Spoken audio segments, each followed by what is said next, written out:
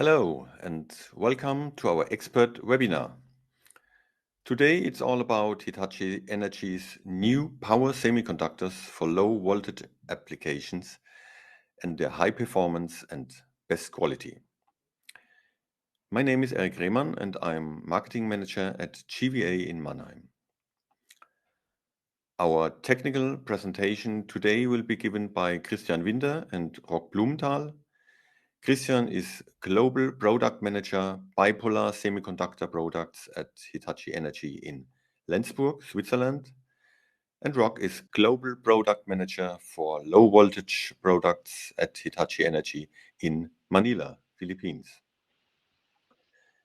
This webinar is part of our expert series in which we are happy to share our knowledge and that of our partners on new products, technologies and findings from the field on a regular basis.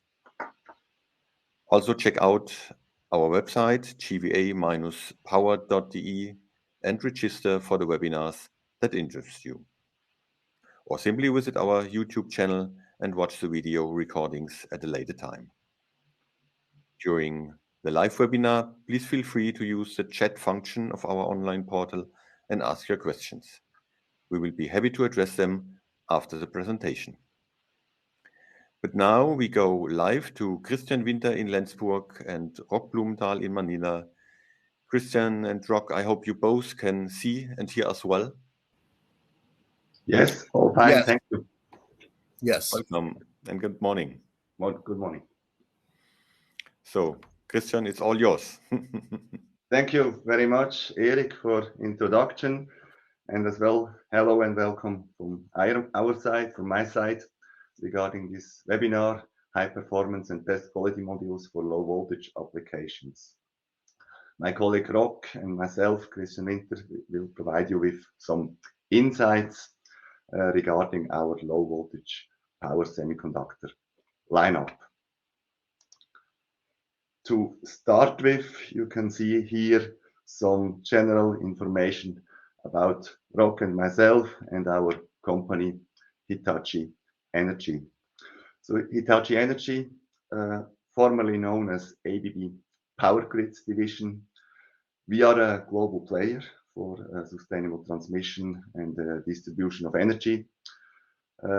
We are currently a joint venture between ABB and Hitachi. So 80% Hitachi, 20 ABB roughly, but soon it will be 100% Hitachi owned from January next year onwards. Hitachi Energy Semiconductors, that's where Roc and myself are located. We have the focus on reliable and powerful semiconductor devices in the medium up to the highest power ratings.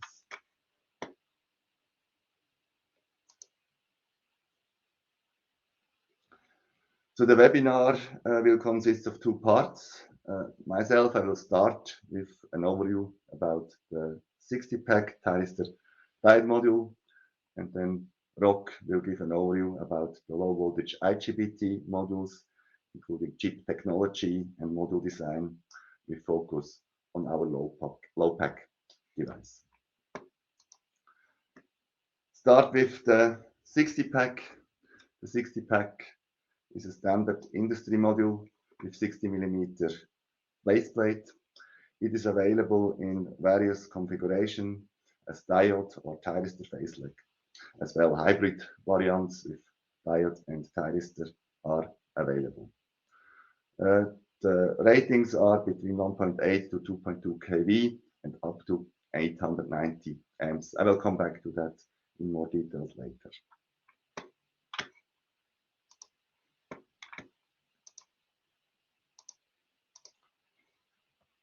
A few words to features and application. The 60-pack is a module with internal clamping construction. The chips are insulated from base plate. We are using for that aluminum nitride ceramic. This is to reach the best possible performance. The pressure contact offer the highest load cycling capability and reliability, and we always focus on demanding high-end applications. The device is, of course, UL recognized as a standard nothing special. There are many applications as listed here where the 60 pack can be used and applied. I will have later 2 examples where we go a bit into details about it.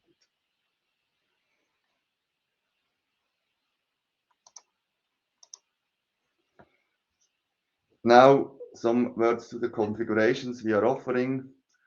We have several phase lag configurations. This configuration always have 2 switches inside. Depending on the application, depending on the converter designer's need, he can choose here between many variants and find the right variant for his needs. The performance here again, very competitive performance. Beside current voltage, we have as well temperature ratings, surge current ratings, what I believe are state of the art in the industry.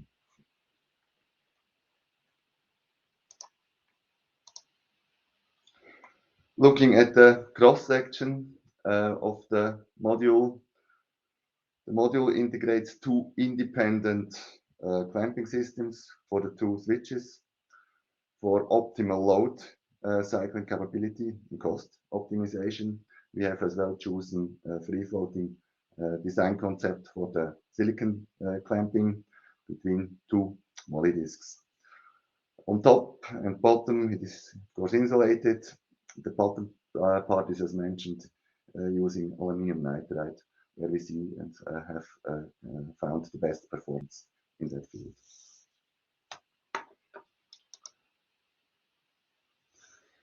To ensure most efficient utilization of the silicon chip, the design of the internal clamping system that plays a key role. So the goal is always to reach best possible and homogeneous pressure distribution over the entire chip area. And that was a focus during the development. We have clear focus on that.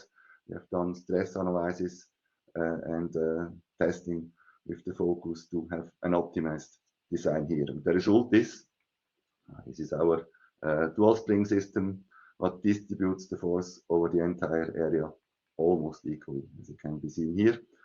These innovative solutions ensure best possible chip cooling. It prevents local hotspots, and therefore we can here ensure highest reliability and longest lifetime requirements. The internal part is very important, but as well on the outside, the external connection and mounting may lead to device overheating or reduction of performance if it's not properly done. To ensure a proper mounting, we provide corresponding instruction, as you can see here. The key parameters to be focused on are heatsink flatness, mounting torque, and assembly sequence. To protect the contact surface, a thermal paste may be applied. We have here some recommendations, as you can see. Now I come to application examples. Here a simple one, the soft starter, but these devices are very often used in that applications. It is one of the most important applications, I would say, especially for the thyristor module. During the startup, the motor voltage is increased up to the nominal value within a few seconds by applying the thyristor phase control. For a 3-phase system, 3 phase lag modules are connected in AC switch configuration as shown here. The modules are then mounted on a common cooler. Soft starter is a cost-efficient solution for motor starting up. If some more functionality is required, more control over the motor is required, then a drive system is needed. With nominal voltage, as we talk here, we talk about 1.8 to 2.2 kV. A low voltage drive system can be built with our modules.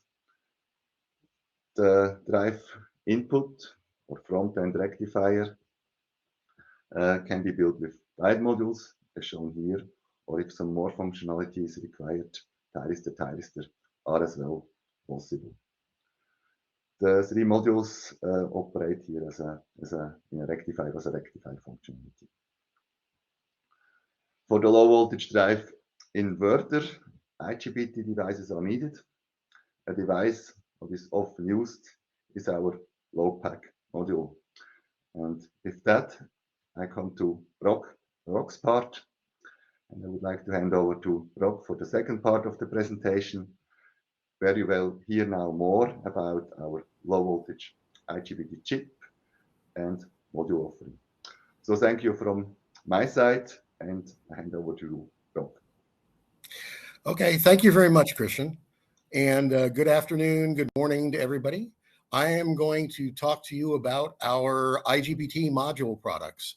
And the first thing I'm going to talk about is design considerations in terms of setting up the IGBT chip itself, a trench IGBT chip. Now, the first thing you want to do is when you're doing these, to look at these considerations, to understand where the weaknesses are going to occur, so that you can then go ahead and engineer the best solution. When you take a look on the left at a traditional planar cell, you can see one of the things you're going to worry about is where does the maximum electrical field appear, and for that planar cell, it occurs at the PN junction at the surface of the device. But if you take a look at a trench cell, it's a different kind of beast. Here, the maximum electric field is in the vicinity of the gate oxide, and it's at the bottom of the trench. And at the maximum electric field, you're going to wind up getting impact ionization. And the more localized and higher those areas are, and electric fields are higher, the more issue you're going to have with the device. Now, what we do is talking about what is the failure mechanism that's being driven by this high electric field. It's dynamic avalanche. So the physics of it are basically, this is for a hard turn off situation. At the current densities and with high E fields, the hole concentration is comparable with the background doping, so that the gradient of the electric field is being influenced by that increased hole concentration. The maximum E field gets driven high enough for the threshold to pass through the threshold for impact ionization. And once that happens, you're going to have dynamic avalanche. Now, there are some, you can see here on the right, the schematic is that particular avalanche occurs at the emitter side of the device. And it can be seen in the turn-off waveforms, either as a shift in the dV/dt curve from a first-order linear approximation, or a reduction in the dV/dt or the dI/dt. But for the same silicon buffer and anode design, the dynamic avalanche, this failure mechanism, is influenced only by the MOS cell design. So what you need to be able to do is to make this cell, the MOS portion of this device, basically as robust as you can to this mechanism. Now, let me tell you about a tester that we've built. We have a tester, we built a tester, it's a repetitive SOA tester. And what it does is it allows us to do on and off cycling in bursts up to hundreds of thousands of times, which basically will allow us to look at the kind of damage that may be happening because of the dynamic avalanche for an IGBT cell. You can see the configuration of the circuit of the design. It can go up to 3,200 volts. And if you're really interested in this particular tester, you can check out the proceedings of the ESREF conference in 2017, where a paper was presented to explain the design and explain the tester and show its performance. Now, to demonstrate what this is, we can do a comparison of different designs for SOA for the tester. And as I said, the tester can actually be used for both modules and for substrates. It doesn't have to be just used for modules. In this particular design, you're seeing a 3.3 kV trench device that has no isolation trench with it. So on the left, you can see it's basically two unprotected trenches, or two unprotected trenches. Now, we can look at two different designs, and these are on different scales than each other, but the testing is being done basically over 100,000 bursts, and it's being done at about 2350 volts and 1.5 times the nominal. So it's definitely pushed into the potential dynamic avalanche regime. And you can see design 1 has a variation over number of pulses of 141%. So this particular design is pretty susceptible to damage or changing that's done by by turning on and off. Whereas design 2 is a smaller scale, and you can see it's basically brought down to about 4% over that number of events. So we can see the difference between our designs in line or using this tester, and as in addition to the simulation that we may wind up we do in the initial design. So for the device that we're looking at, what we're trying to do is to build a low voltage trench IGBT chip that has an active trench distance of less than 2 microns. And it's optimized for best on-state and turn-off losses for the application space we want to be in. But it needs to be robust, and the long-term performance and reliability can't degrade over time with these kind of harsh avalanche conditions that the device may see. What we're showing here are 3 different IGBT designs that we looked into. The one on the left, design 1, is just the active gate that's connected to the gate bias, and it's unprotected. Design 2 shows the addition of a dummy gate at some distance from the active gate, which is connected actually to the emitter to provide electrostatic protection of the active gate. And on design 3, which we'll talk a lot more about, that also includes a deep P well for added protection. So in that, I'm sorry, you can hopefully see where I'm pointing. If the other option is to use this plasma flow control option, which we have, which reduces hole density near the active trench. So by putting the structures in place and using this flow control, you can see on the right the effect of it. The right is showing sort of the time integrated avalanche generation. And when you go from going from design 1, design 2, and design 3, you get almost an order of magnitude improvement in terms of the reduction in avalanche generation. And if you include the plasma flow control, it can be as high as 4 orders of magnitude. So there's quite a bit that you can do with the design itself to improve the robustness using these concepts. We can take a look at some simulation here, and this again is for design 3. And the middle graph is showing the impact of spacing between the trenches. You can see that for any of the curves, the top curve, for instance, as the spacing increases, the device has higher generation. And that's simply because the the dummy gate is being pushed far enough away from the active gate that it's just not protecting things as well. You can also see from the arrow on the middle graph where it drops, that's comparing with and without plasma control.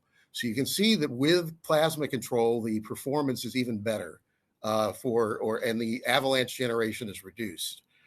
And the dummy to active ratio, the sizes of the dummy and active ratio, or the ratio of the sizes, also has an impact on the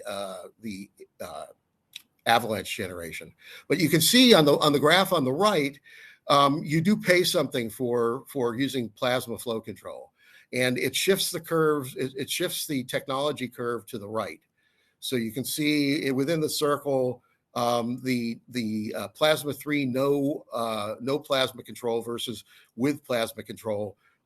there is a shift to the right. So there is some cost to being able to use the dynamic, the plasma flow control.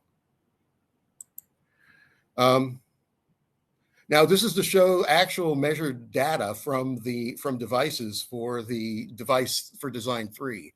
On the left, you can see the representation. There are 3 different devices that are on a technology curve, A, B, and C. And the data on the right is sort of RBSOA data that shows that each 3 of these devices are on different places on the technology curve, performing differently, and will have different dynamic avalanche characteristics to them. If we look in more detail at the repetitive switching performance of this device, the graphs on the left say that for tech curve device B and tech curve device C, you can see that this is actually the x-axis is the time that is the time, and there are 3 curves that are overlaying each other. One is the initial, one is after 50K, and one is after 100K pulses. And you can see they overlay each other. So these devices are not being impacted, not changing or drifting because of the pulsing that's being done. And the same can be seen for other parameters that you might be judging, like DI, DT, EON, or IC max.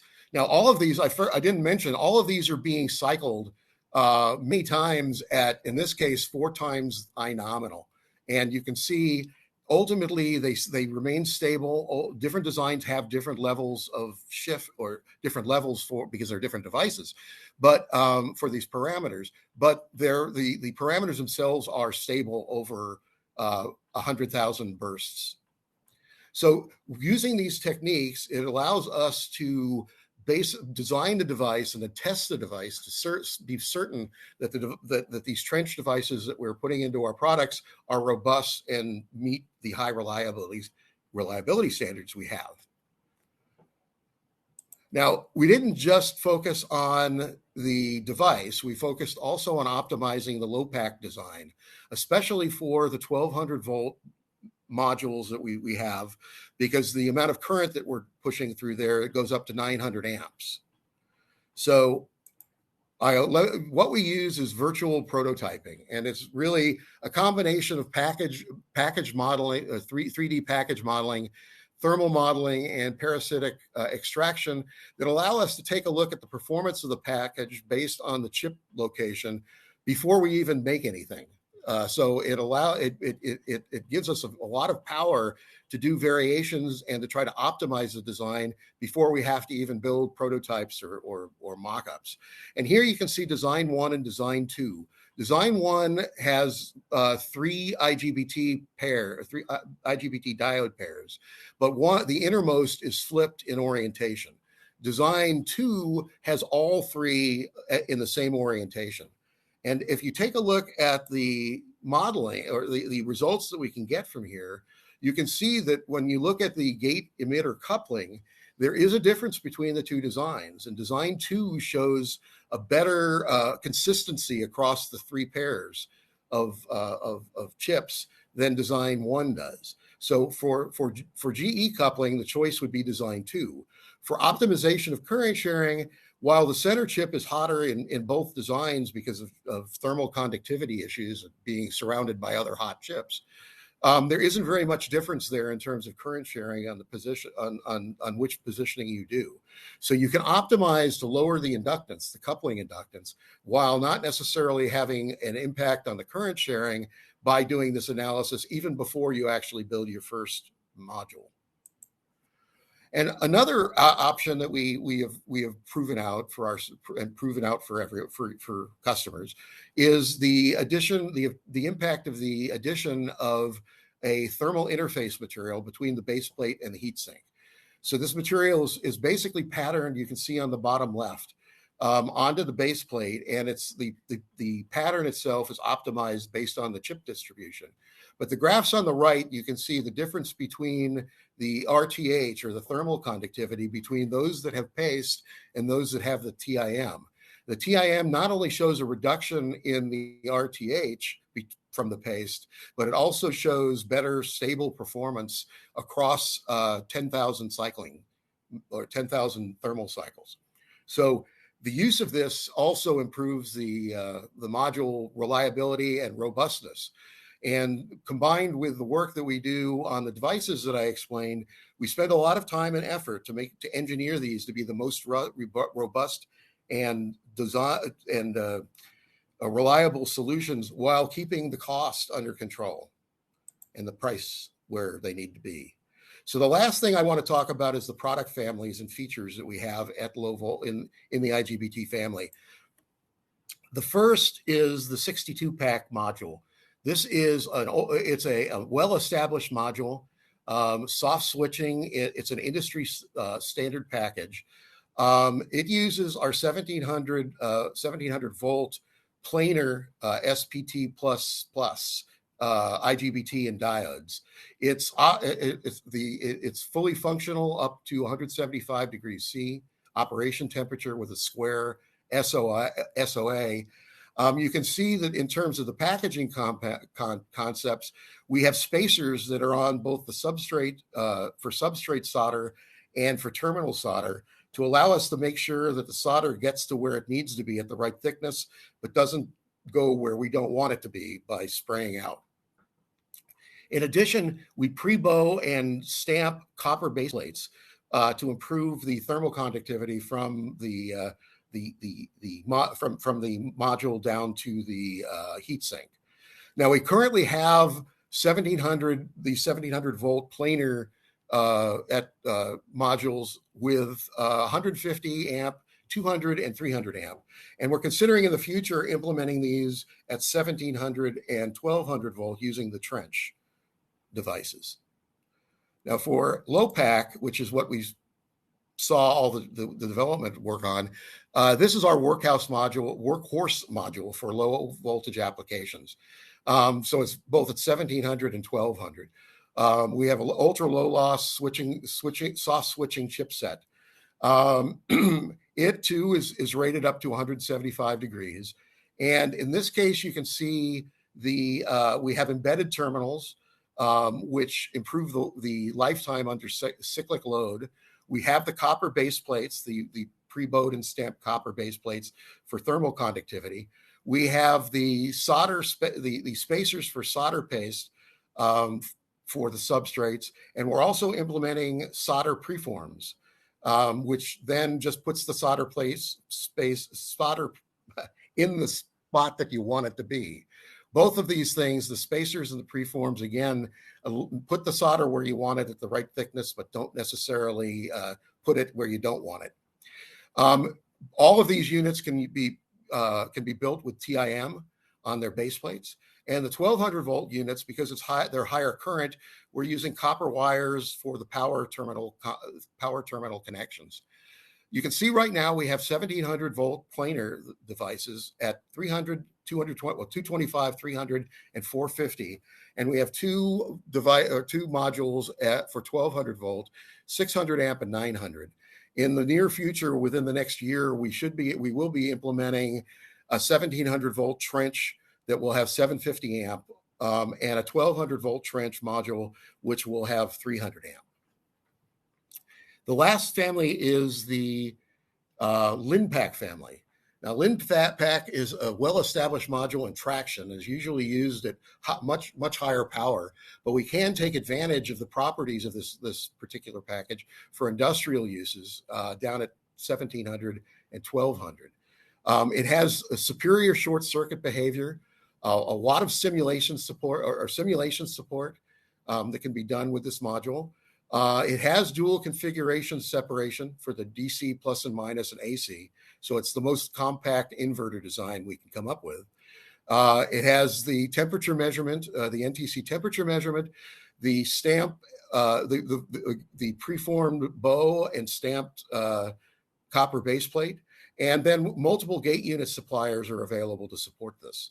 Now, right now, it's available with the 1700 planar IGBTs at 1000 amps, but we're planning within the next year to introduce a 1700 volt trench IGBT version of this at 1000 and 1500 amps.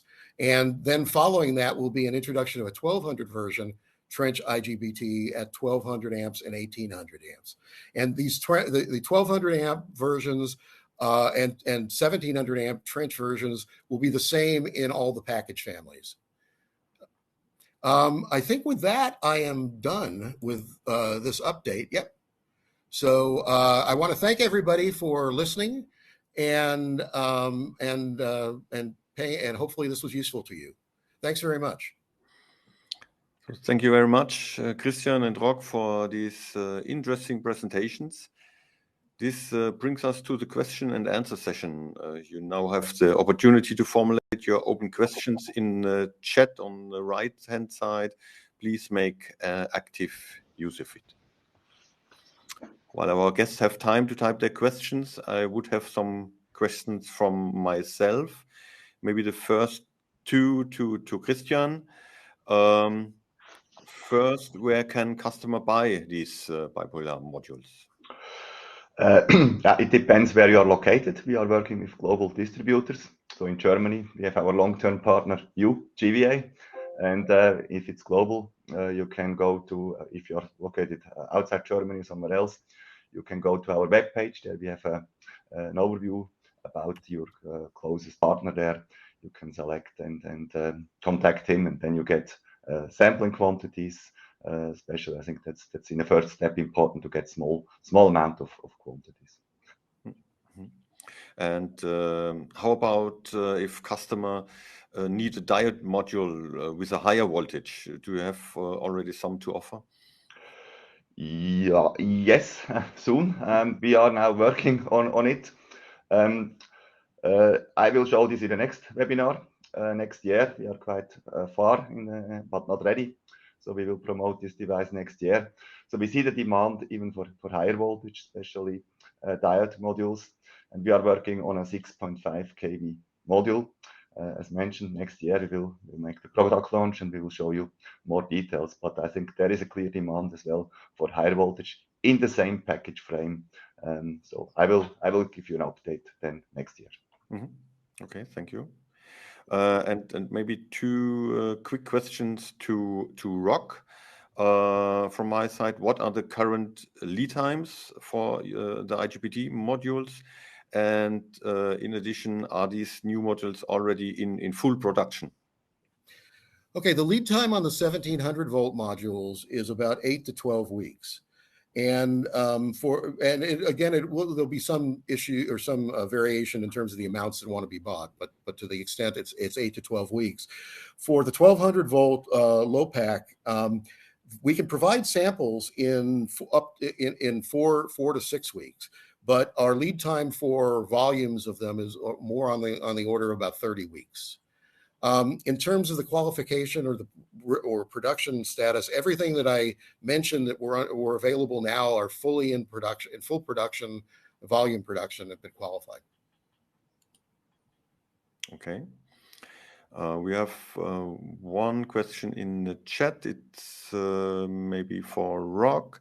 Do you plan 1.2 kV 450 amps in low pack?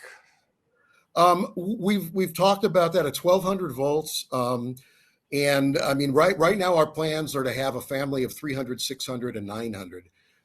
If there's a good business case in terms of putting something like this together, then of course we'll consider it. And we know that might be of interest to some customers. So it's out there under consideration, but that's kind of where it stands at this point. Mm-hmm. Second question from the chat. Are there any cyclic life estimation curves for the low packs? And if so, how can they be obtained? And is there a simulation tool for the low packs available? We have worked on simulation tools for the different packages. I'm not quite sure what the maturity of is for low pack, so I'd have to go back and find that out and get back to you. In terms of cyclic life estimation curves, I don't know exactly what you're asking there. I showed the effects on the transistor itself in terms of the numbers of cycles, and we do have various, during qualification, we're looking at 1,000-hour tests and multiple, hundreds and thousands and 10,000s of cyclings, either tested or simulated. So there is the simulated cycle data out there. So I guess what I'd want is, if you're interested, get in contact with me and I can try to accommodate, see what I can accommodate on the information. Yeah, I think that's all that I've got to say on those two. Okay, thank you. Further question about Tim. Is a Tim from Haller Henkel or from Honeywell? I don't know that I'm at a liberty to say. Okay. Also clear answer. Okay. So someone is typing already. Maybe we can wait some seconds. To the comment about the 450 amp is an industrial standard. Actually, yeah, it is at 1700. We have, as you saw, our 1700 planar is a 450 amp module. So I understand. Yeah, I mean, we want to meet the industrial standards, but we want to keep ourselves with the best competitive current densities out of the module. So if we can put more current into the module, we probably will try to do that. Okay.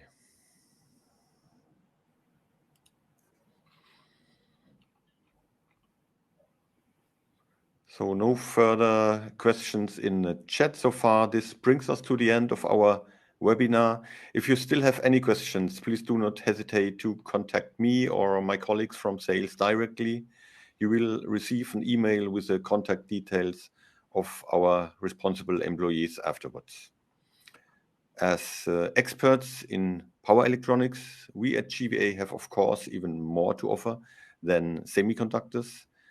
In addition to the sale of a whole range of power electronic components, we develop and manufacture assemblies and systems entirely according to your specifications, usually in the range of a few kV up to the megawatt range.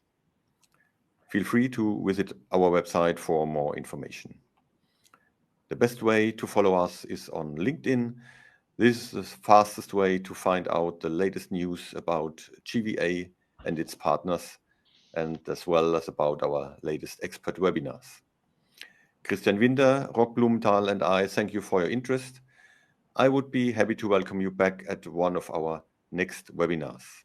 Take care, goodbye, and hopefully see you soon. Okay. Thank you. Have a good day. Bye-bye. Thank you. Bye. Bye. Bye-bye.